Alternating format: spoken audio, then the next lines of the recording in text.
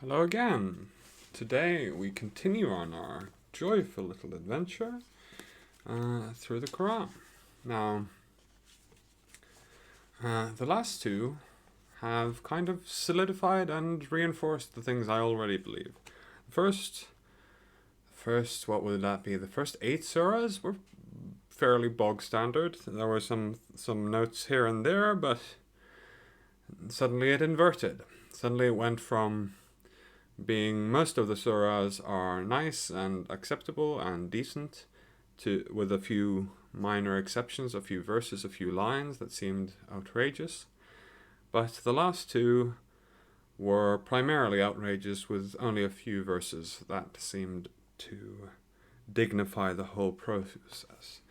However, let's hope that it turns around. Last one wasn't as offensive as the first or as the 9th one, but we're going to continue with 11. Hud. A Meccan surah named after the Prophet Hud, whose story is given in verses 50 to 60. It begins by announcing that the Prophet is sent both to warn and to give good news, and the body of the surah focuses on the warning aspect. God watches over everything and is aware of all that people do. The many stories of past prophets which serve to warn the disbelievers also strengthen the heart of the Prophet. And that seems like there's going to be some repetition from yesterday's. But let's see. I mean, the introduction has so far given me good warnings. I should be clear of. So, this already starts quite interestingly. I just opened it and I saw this. But let's read it. Alif Lam Ra. This is a scripture whose verses are perfected, then set out clearly from one who is all wise, all aware. I guess the scripture is the whole thing. It just seems like it's specifically referring to this surah.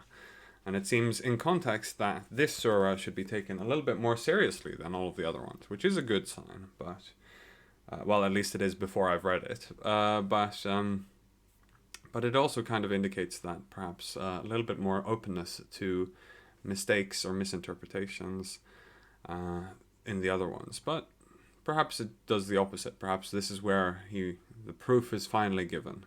Or indeed, perhaps this is where the proof begins to be given.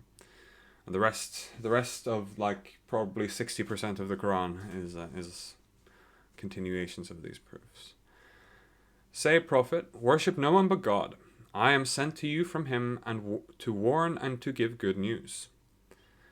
Ask your Lord for forgiveness, then turn back to him. He will grant you wholesome enjoyment until an appointed time, and give his grace to everyone who has merit.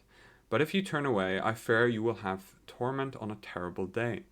It is to God that you will all return. He has power over everything. See how the disbelievers wrap themselves up to hide their feelings from him.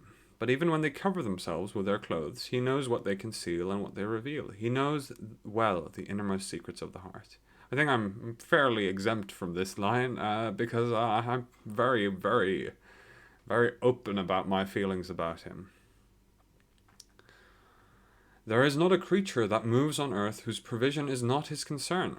He knows where it lives and its final resting place. It is all there in a clear record for him to see, I presume. It is he who created the heavens and the earth in 6 days. His rule extends over the waters too, so as to test which of you does best. Yet, Prophet, if you say to them, you will be resurrected after death, the disbelievers are sure to answer, this is clearly nothing but sorcery. Indeed. If we defer their punishment for a determined time, they are sure to say, what is holding it back? But on the day it comes upon them, nothing will divert it from them. What they mocked will be all around them.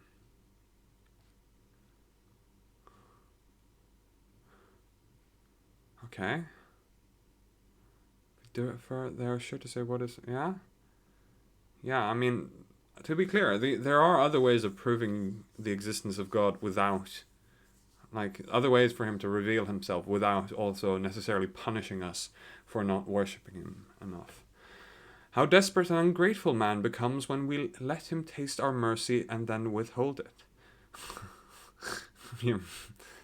Okay. And if we let him taste mercy after some harm has touched him, he is sure to say, misfortune has gone away from me.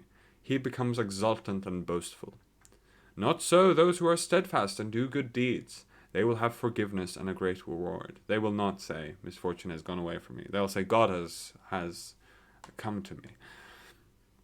Justifying their... I mean, your actions have consequences in this world, and those consequences are based on your actions and the reactions of people around you. Not like, sure, God might be in control of all things and made all things possible, but if you think about everything as coming from God, clearly you're missing out on some other part of the explanation. You see, this, yeah. Let's not let God be the end of questioning. So, prophet, are you going to abandon some part of what is revealed to you, and let your heart be oppressed by it, because they say, why is no treasure sent down to him? Why has no angel come with him? You are only there to warn. It is God who is in charge of everything. If they say, he has invented it himself, say, then produce 10 invented surahs like it, and call in whoever you can beside God, if you are truthful. Now we increased it to 10.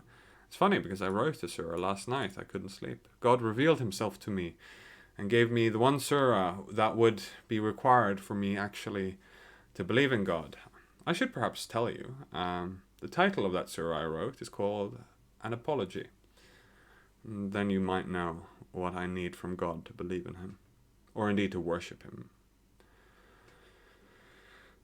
If they do not answer you, or indeed to believe that there is a good God rather than just a cruel, petty tyrant God, if they do not answer you, then you will all know what is sent down containing knowledge from God, and that there is no God but him. Then will you submit to him? If they say he has invented himself, saying, I mean, is his argument that he's very poetic? Call in whoever you can beside God. Yes, create. Whatever. If they do not answer you, then you will know that it is sent down containing knowledge from God. And because that's genuinely used as a proof here. I had to check it just to be clear. It is genuinely used as a proof. So Shakespeare must have been chosen by God because of his genius wit. By the same logic. Produce me one play like it. Or 10, I should say. 10 chapters in a play, 10 scenes. If any desire only the life of this world with all its finery, we shall repay them in full in this life for their deeds. They will be given no less. But such people will have nothing in the hereafter but the fire. Their work here will be fruitless and their deeds futile. Their work here will be fruitless and their deeds futile. Now, to be clear, I understand that the point here is to stress and emphasize that working for personal benefit is necessarily not what God is going for. He's going for a sort of more prosperous, other things are good. But here you have this phrasing, and the interpretation that I get to, in addition to this sort of nice one, is that their work here will be fruitless and their deeds futile. That is, if any desire only the life of this world with all its finery, then their work here will be fruitless. I guess we should give them the benefit of the doubt. Should give God the benefit of the, or them. By them I mean the philosophers who actually wrote this. Can they be compared to those who have clear proof from their Lord, recited by a witness from him, and before it the book of Moses as a guide and mercy? These people believe in it, whereas those groups that deny its truth are promised to the fire. Indeed, those who deny its truth are promised to the fire. That is by itself. No good deeds mentioned, no evil deeds mentioned, not even the conflation of disbelief and evil. Here is, those groups that deny its truth are promised the fire. Well, I look forward to my scalding water. So have no doubt about it, prophet. It is the truth from your Lord, though most people do not believe it. This is obviously bad. Doubt is good. Who could do more wrong than someone who invents lies about God?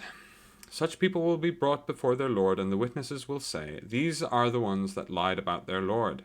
God's rejection is the due of those who do such wrong. I should present my surah, because clearly, how could I dare to present a surah from God if it's a lie? Anything I say about God must necessarily be the truth, because who could do more wrong? And if I believed in it as, yeah, I mean, this point is gonna repeat itself. Let's just keep going. God's rejection is the due of those who do such wrong, who hinder others from God's path, trying to make it crooked and deny the life to come. Yes, it should be like meandering. Whatever. They will not escape on earth, and there will be no one other than God to protect them. Their punishment will be doubled. They could not hear, and they did not see. It is they who will have lost their souls, and what they invented will have deserted them. There is no doubt they will be the only ones to lose most in the life to come. But those who believed, did good deeds, and humbled themselves before their Lord will be companions in paradise, and there they will stay. These two groups are like the blind and the deaf as compared with those who can see and hear well. Can they be alike? How can you not take heed? Ditto. Well, I guess, yeah, take heed of the philosophers we have as well. Socrates, great statement. All that I know is that I know nothing. How can you not take heed of this? We sent Noah to his people and say, I have come to you to give clear warning. Worship no one but God. I fear you will have torment on a painful day. But the prominent disbelievers among his people said, we can see that you are nothing but a mortal like ourselves, and it is clear to see that only the vilest among us follow you. We cannot see how you are any better than we are. In fact, we think you are a liar. Indeed, yeah. Why should you believe someone whose credibility is someone who's just like you? So they could have done. I can say the same. I can also speak and claim to know that God's given truth. Why is it different when Muhammad did it and when I did it? He said, my people think if I had clear sign from my Lord, and he had given me the grace of his own, though it was hidden from you, could we force you to accept it against your will? Yes. Yes, you probably could.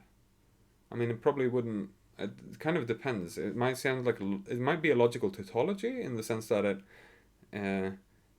if God has hidden it from you, then you can't know it. But then it's just a tautology. It's just saying, well, you won't know it because you can't know it. Is this proof of anything? Is this evidence of anything? Is this relevant even? My people, I ask no reward for it from you. My reward comes only from God. I will not drive away the faithful. They are sure to meet their Lord. I can see you are foolish. Ditto. My people, who could help me against God if I drove the faithful away? Will you not take heed? Ditto. I'm not telling you that I hold God's treasures or have any knowledge of what is hidden, or that I am an angel. Nor do I say that God will not grant any good to those who are despised in your eyes. God himself knows best what's in their souls. If I did this, I would be one of the wrongdoers. This one's also going to be called circular reasoning, I guess. They said, Noah, you have argued with us for too long. Bring down on us the punishment you threaten us with if you are telling the truth. Basically exactly what I would react. Exactly the same. Noah keeps insisting, oh, but how could I lie to you if I was given news from God? I'm not telling you I know something that is hidden, even though that's exactly what you're saying. Exactly here. He had given me grace of his own, though it was hidden from you. So clearly that's exactly what Noah is saying. And when he continues making these illogical statements, these tautologies to justify his belief, this circular reasoning, and of course, anyone with any sense of reason, will you not reason? Anyone with reason says, you have argued nonsense for too long. Bring us down proof of what you say. He said, it is God who will bring it down, if he wishes, and you will not be able to escape. My advice will be no use to you if God wishes to leave you to your delusions. He is your Lord, and to him you will be returned. My truth is true. If these disbelievers say, he has made this up, say, Muhammad, if I have made this up, I am responsible for my own crime, but I am innocent of the crimes you commit. The crime of disbelief in me. It's just a threat. It's just a threat. I mean, it's a threat with the basis of God. Like, it's not like a threat in the modern sense where you actually threaten someone in this world. It's a threat in saying, if God will punish you for what you refuse to listen to me. You refuse to listen and believe, therefore God will punish you. How dare you? Will you not use your reason? It was revealed to Noah, none of your people will believe, other than those who have already done so. Yes, indeed, it's so circular. It only makes sense if you already believe it. So do not be distressed by what they do. Build the ark under our watchful eyes and with our inspiration. Do not plead with me for those who have done evil. They will be drowned. So he began to build the ark. And whenever leaders of his people passed by, they laughed at him. He said, you may scorn us now, but we will come to scorn you. You will find out who will receive a humiliating punishment and on whom a lasting suffering will descend. When our command came and water gushed up out of the earth, we said, place on board this ark a pair of each species and your own family, except those against whom the sentence has already been passed, which he then knows, and those who have believed, though only a few believed with him. He said, board the ark. In the name of God it shall sail and anchor. My God is most forgiving and merciful. It sailed with him on waves like mountains, and Noah called out to his son who stayed behind, come aboard with us, my son. Do not stay with the disbelievers. But he replied, I will seek refuge on a mountain to save me from the water. Noah said, today there is no refuge from God's command except for those on whom he has mercy. The waves cut them off from each other, and he was among the drowned. Sort of worth noting here that there are plenty of people proclaiming that the end is nigh, constantly, for all of time. Constantly there are people proclaiming that this is going to happen, that God is going to smite us, God is going to smite you, any day now, any day doomsday will come, any day. Why believe this, but not them? That's what I mean by saying circular reasoning. Their reasoning is just as valid as this reasoning. I am presented with a reasoning of a doomsday cult, and I'm told that, why will I not use my reason? Why will you not use your reason to all of the other doomsday cults that came before and after? But he replied, I will, yeah. Then it was said, earth, swallow up your water, and sky, hold back. And the water subsided. The command was fulfilled. The ark settled on Mount Judai, and it was said, gone are those evil-doing people.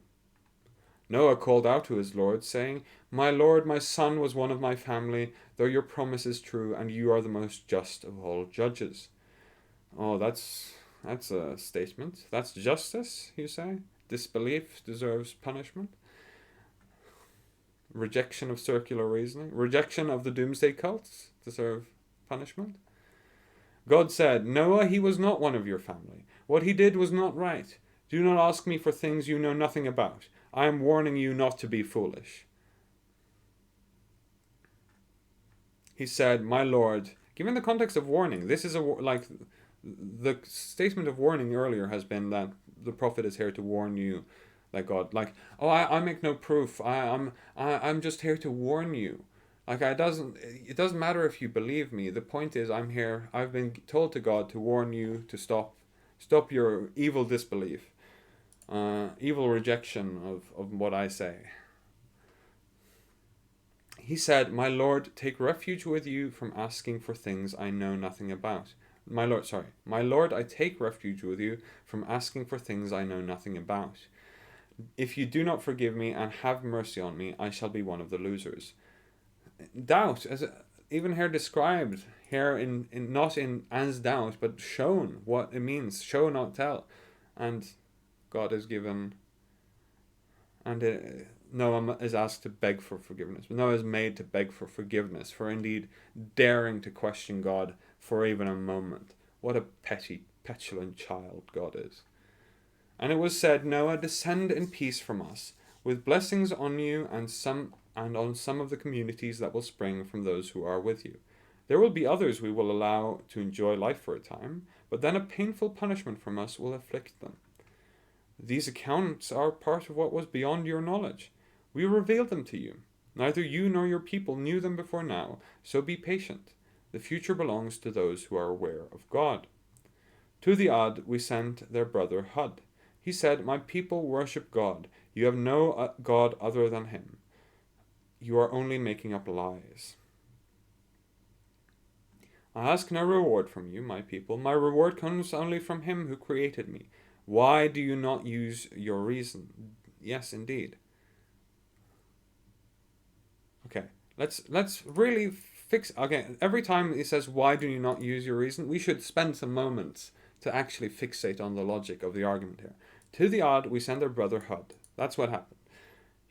Hud said, My people worship God. You have no God other than him. You are only making up lies. I ask no reward from you, my people. My reward comes only from him who created me. That's the reasoning. Will you not, that's the appeal to reason here? That's what's said immediately before that, is that the messenger of Hud stating, Worship God. You should have no other God but him. You are only making up lies, and I ask no reward from you. What is the reasoning here? The reasoning here is I'm not saying this for personal gain. Noah said it for personal gain. He was saved. It's simply an insistence on the idea that you're not saying it for personal gain, when in fact a person who manages to convince a lot of people that they have been wrong about the religion, to start a new cult, a new religion, those people, or indeed develop their religion from the past, those people do stand to gain quite a lot, because they have a lot of willing adherents who think that their person, their Hud, their Prophet Muhammad, their Noah, these people who follow him, these true believers, they now follow him. They do as he says, and indeed he will get reward. And here he is simply denying the idea flatly. Do you not use your reason? You who listen to this, do you not use your reason?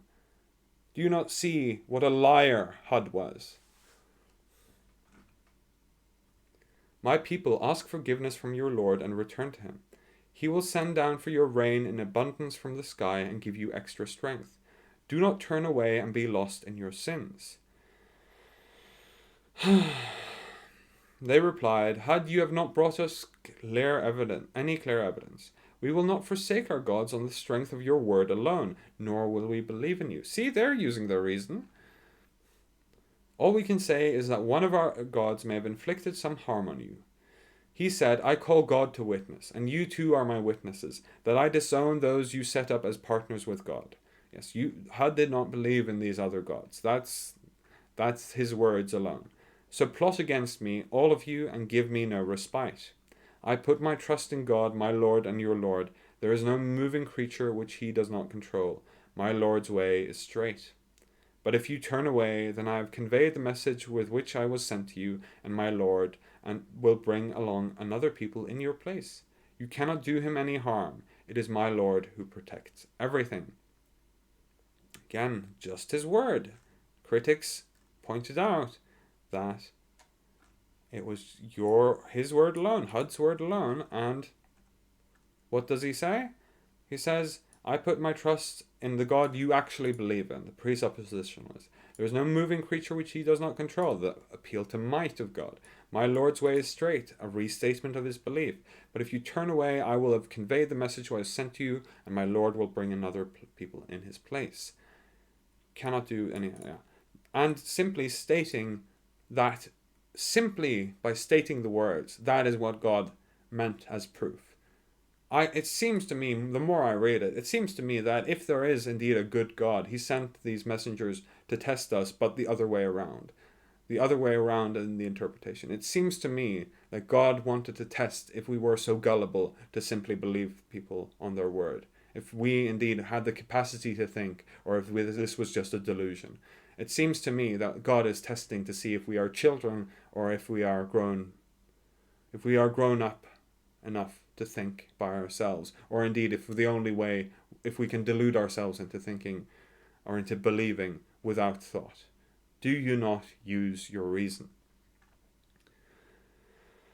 And so, when our judgment came to pass, by our grace we saved Hud and his fellow believers. We saved them from a severe punishment, the punishment of disbelief.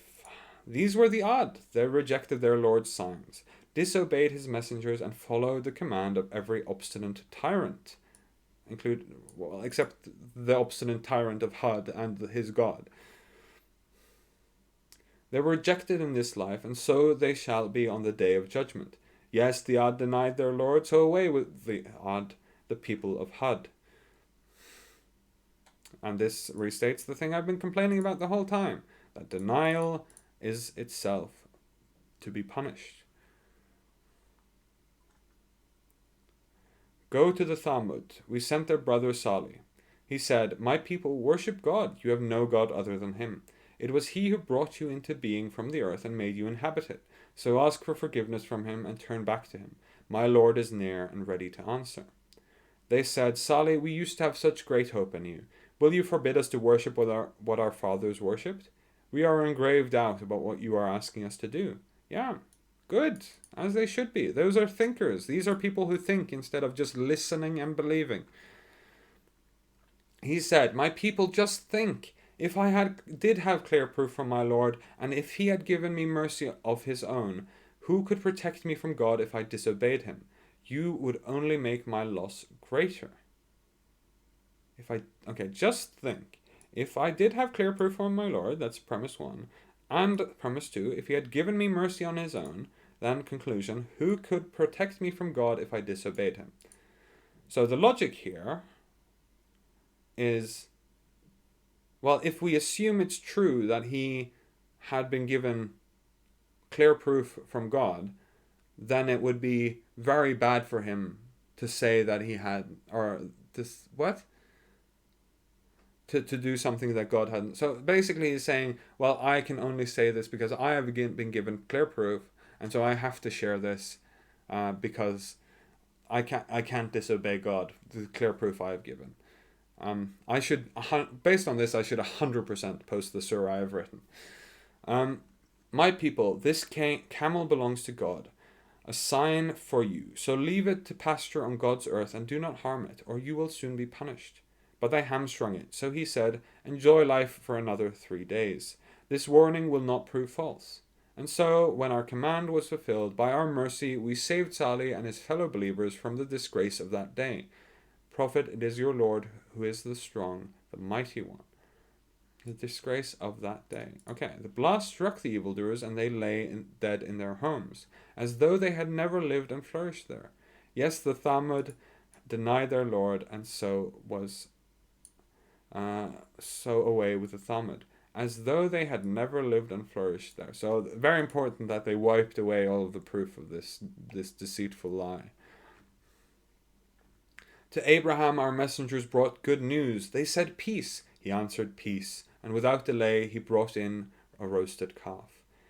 When he saw that their hands did not reach towards the meal, he found this strange and became afraid of them. But they said, do not be afraid. We have been sent against the people of Lot.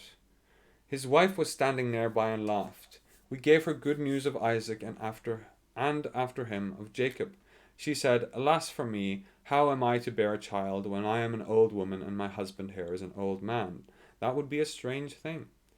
They said, are you astonished at what God ordains? The grace of God and his blessings be upon you, people of this house, for he is worthy of all praise and glory. Then when the fear left Abraham and the good news came to him, he pleaded with us for Lot's people, for Abraham was forbearing, tender-hearted, and devout. Abraham, cease your pleading. What your Lord has ordained has come about. Punishment is coming to them, which cannot be turned back. And when our messengers came to Lot, he was anxious for them, feeling powerless to protect them, and said, this is truly a terrible day. His people came rushing toward him. They used to commit foul deeds. He said, my people, here are my daughters. They are more wholesome for you, so have some fear of God and do not disgrace me with my guests. Is there not a single right-minded man among you? Do not disgrace me with my guests. They said, you know very well that we have no right to your daughters. You know very well what we want. He said, if only I had the strength to stop you or could rely on strong support. It seems like the story. I'm reinterpreting the story of Lot here being about emissaries from a different land, and they wanted to kill these emissaries. So the punishment God sent down was actually the punishment from this different land, this different peoples, this different kingdom, this different tribe. They, the messengers, said, Lot, we are your Lord's messengers. They will not reach you. Leave with your household in the dead of night, and let none of you turn back. Only your wife will suffer the fate that befalls the others. Their appointed time is the morning. Is the morning not near? And so, when what we had ordained came about, we turned their town upside down and rained down stones of baked clay upon it, layer upon layer, marked from your Lord. It is not far from the evildoers. And to Midian we sent their brother Shuaib. He said, My people worship God. You have no God other than him. Do not give short measure nor short weight. I see you are prospering, but I fear you will have torment on an overwhelming day. My people, in fairness, give full measure and weight. Do not withhold from people things that are rightly theirs, and do not spread corruption in the land. This is a good one. I like this one. Very good. I mean, give full measure and weight, I believe, has to do with trade and not shorting people. What lasts with God is best for you. If you are believers, I am not your keeper. Okay. They said, Shuaib, what does your prayer tell you that we should abandon what our forefathers worshipped and refrain from doing whatever we please with our own property? Indeed, you are a tolerant and sensible man. He answered, My people... See, I mean, every time all of these skeptics that are being punished, they make these completely reasonable demands, these reasonable questions. He's like, why are we being asked to do this? Can you explain yourself? And every time, I haven't read the next one, but all of the past ones, every time we get these absurdist mental gymnastics to justify what they're supposed to do.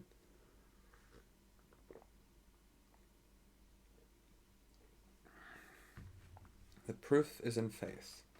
He answered, My people, can you not see? What if I am acting on clear evidence from my Lord? He himself has given me good provision. I do not want to do what I am forbidding you to do. I only want to put things right as far as I can. I cannot succeed without God's help. I trust in him and always turn to him. My people, do not let your opposition to me bring upon you a similar fate to the peoples of Noah or Hud or Salih. The people of Lot are not far away from you. Can you not see? What if I am acting on clear evidence from my Lord? He himself has given me good provision. I do not want what I am forbidding you to do. I only want to put things right as far as I can. I cannot... This is, again, it's exactly what I said, the circular reason. Can you not see that he is simply stating that, rejecting the idea that he is doing this for his own benefit, simply stating that that isn't the case, and simply stating that, actually, I do have evidence. I can't give it to you, but I have evidence. I can prove what I believe. That is simply a statement of this, and we are given the proof through all of this monstrous acts of the tyrannical God. My people, this tyrannical God, by the way, who punishes people simply for asking reasonably curious and skeptical questions. And I've had arguments on stream like, oh, should God is just giving you a warning. You should, like, trying to defend the idea that we should worship God and be thankful to God, and that's why it's like being grateful to your parents, but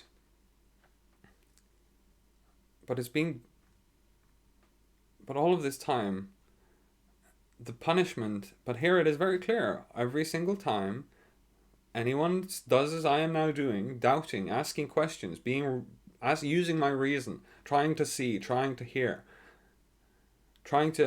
and speak myself, instead of simply saying, listening and believing, simply stating that I accept everything as true, simply turning off my brain in order to trust what God tells me. Instead of doing that, I do something else, and I'm punished from God.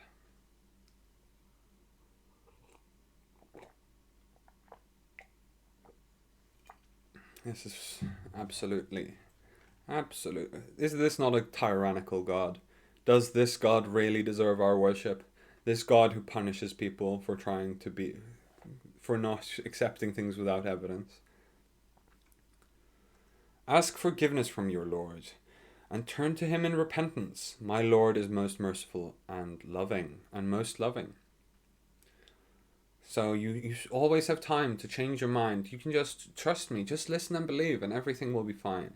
Don't use your brains. Oh no, let's say you use your brains and listen and believe. That's what using your brains means here. In this context, reasoning means the exact opposite of reasoning.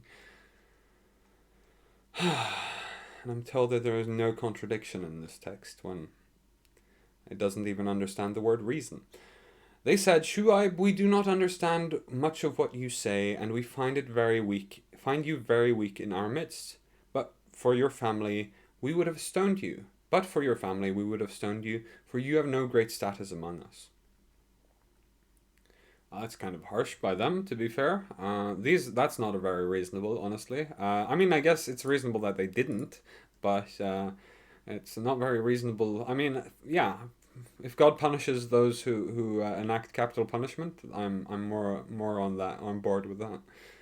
He said, "My people is my family stronger in your estimation than God, and have you put him behind you? My Lord surrounds everything you do. My people, do whatever it is within your power, and I will do likewise. Soon you will know who will receive a disgraceful punishment, who is a liar. Watch out, and so will I."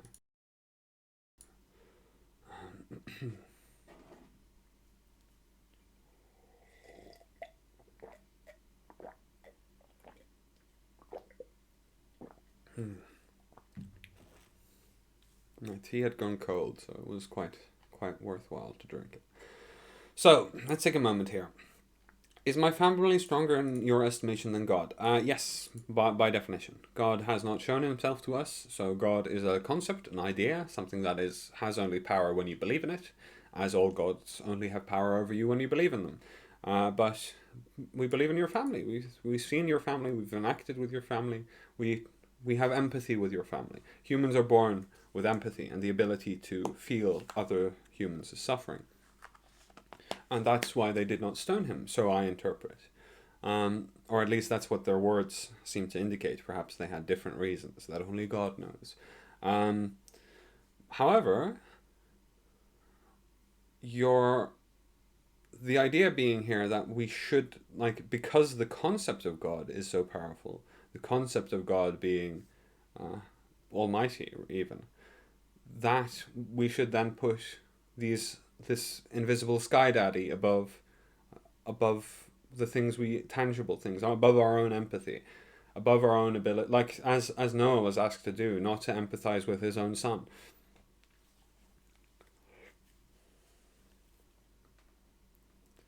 What an evil God. When what we had ordained came about, in our mercy we saved Shu'aib and his fellow believers, but a mighty blast struck the wrongdoers. By morning they lay dead in their homes, as if they had never lived and flourished there. Again, no evidence for anyone else. Yes, away with the people of Midian, just like the Thamud. We also sent Moses with our signs and clear authority to Pharaoh and his supporters, but they followed Pharaoh's orders, and Pharaoh's orders were misguided. He will be at the forefront of his people on the day of resurrection, leading them down towards the fire. What a foul drinking place to be led to. Proof by threat. They were pursued by God's rejection in this life, and will be on the day of resurrection too. What a foul gift to be given. We relate to you, Muhammad, such accounts of earlier towns. Some of them are still standing, some have been mown down. We did not wrong them, they wronged themselves. Their gods, which they called on beside God, were no use to them. When what your Lord had ordained came about, they only increased their ruin. Such is the punishment of your Lord for the towns in the midst of their sins. His punishment is terrible and severe. There truly is a sign in this for anyone who fears the punishment of the hereafter. That is a day in which all the people will be gathered together, a day for all to see. We are delaying it only for a specified period. And when that day comes, no soul will speak except by his permission, and some of them will be wretched and some happy. The wretched ones will be in the fire, sighing and groaning, there to remain for as long as the heavens and the earth endure, unless your Lord wills otherwise. Your Lord carries out whatever he wills. I've started noticing or looking for like signs of how long I'm destined to remain in the fire, because I've been told that no, it's not eternal, which is a good thing. I think the understanding of the infinite, like no finite crime can fit any finite punishment, and interestingly, no finite amount of suffering can compare to an infinite amount of pleasure. That's my solution to the problem of evil. I'm not sure I should give it out so freely, but at least not as a response to this book. As for those who have been blessed, they will be in paradise, there to remain as long as the heavens and earth endure, unless your Lord wills otherwise. An unceasing gift, eternal reward. Prophet, have no doubt about what these people worship. It is merely what their fathers worshipped before them, and we shall certainly give them their share in full without any reduction. We gave Moses the scripture before you, but differences arose about it, and if it had not been for a prior word from your Lord, a decision would have already have been made between them, though they are in grave doubt about it. Your Lord will give everyone full due for whatever they have done. He is aware of everything they do. I certainly hope so. This one I certainly hope so. This should go in my book, not only because it's such a great... Where have I put that? My writing pad. Oh, it's old. Wait, okay.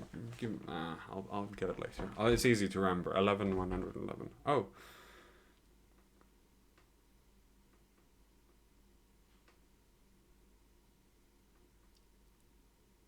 Is it live already? It's strange that I got a message. I shouldn't be live. So keep to the right course as you have been commanded, together with those who have turned to God with you. Do not overstep the limits, for he sees everything you do. Do not rely on those who do evil, or the fire may touch you, and then you will have no one to protect you from God, nor will you be helped. Prophet, keep up the prayer at both ends of the day and during parts of the night, for good things drive bad away. This is a reminder for those who are aware. Be steadfast. God does not let the rewards of those who do good go to waste. Excellent. Unless, of course, they don't believe, I guess. Or maybe, perhaps more interestingly. That's the interesting question. If you disbelieve and do good, if you mock God and do good, if you help the needy, the orphans, the children, and do good, but do not worship God enough, do not pray enough, what does God consider to be good? Well, clearly supplication, but be steadfast. Let us be steadfast in our good deeds, in our empathy. God has graced us with the ability to feel the suffering of another man, so perhaps we should use that more so than these wretched appeals to God. If only there had been, among the generations before your time, people with a remnant of good sense to forbid corruption on the earth. We saved only a few of them, while the unjust pursued the enjoyment of plenty and persisted in sin. Your Lord would not destroy any town without cause if its people were acting righteously. Listen and believe, my friends, and beware of the punishment. Proof by punishment, I suppose. That's the title of the surah. Yeah, that's my title at least. If your Lord had pleased, he would have made all people a single community, but they continue to have their differences, except those on whom your Lord has mercy, for he created them to be this way, and the word of your Lord is final. I shall definitely fill hell with both jinn and men. So, Muhammad, we have told you the stories of the prophets to make your heart firm, and in these accounts truth has come to you, as well as lessons and reminders for the believers. And he definitely didn't say this simply as a tool of oppression, a tool of tyranny, a tool of listen and believe or else you will suffer. Proof by punishment. or proof by the threat of punishment at least. Say to those who do not believe, do whatever you can. We too are doing what we can. And wait, we too are waiting. All that is hidden in the heavens and earth belong to God, and all authority goes back to him. So, prophet, worship him and put your trust in him. Your Lord is never unaware of what you people are doing. Yeah, this is I want to make a point here, separate from the point I've repeated all the way through, the point of what is actually the reasoning here, and trying to analyze this, and what's the problem with people doubting? What is the problem of what these disbelievers actually did? We've only gotten one example of the stoning, or the threat of stoning, which is in itself no greater or lesser than what, or indeed much lesser than what God actually did to them, and no greater or lesser. I'm going to remove that just because there's, just in case. But I'm not sure if anyone is actually, that would be weird to me.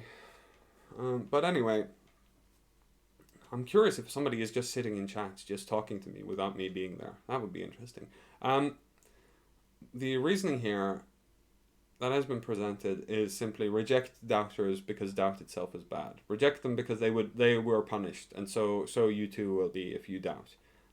And the reason I'm so annoyed at this is because this is exactly the same thing we got yesterday in the surah I titled Circular Reasoning. And this is the same kind of reasoning, but though it stresses the punishment. And the reason it's so bad is because he could have spent all of this time explaining the point better. He could have explained the evil deeds they did, not simply their doubt and disbelief, not simply their rejection of him. This is clearly the statement of a prophet who is upset that people are doubting him, who is upset at this criticism, and who's trying to scare people off. This is not the statement of somebody who's trying to prove themselves right. This is not the statement of a mathematician, a logician, or a philosopher trying to prove that actually there is truth to it. It is a statement of a tyrant, or a would-be tyrant, who wants to control people, and who wants people to do as he says. Wow. Will you not use your reason?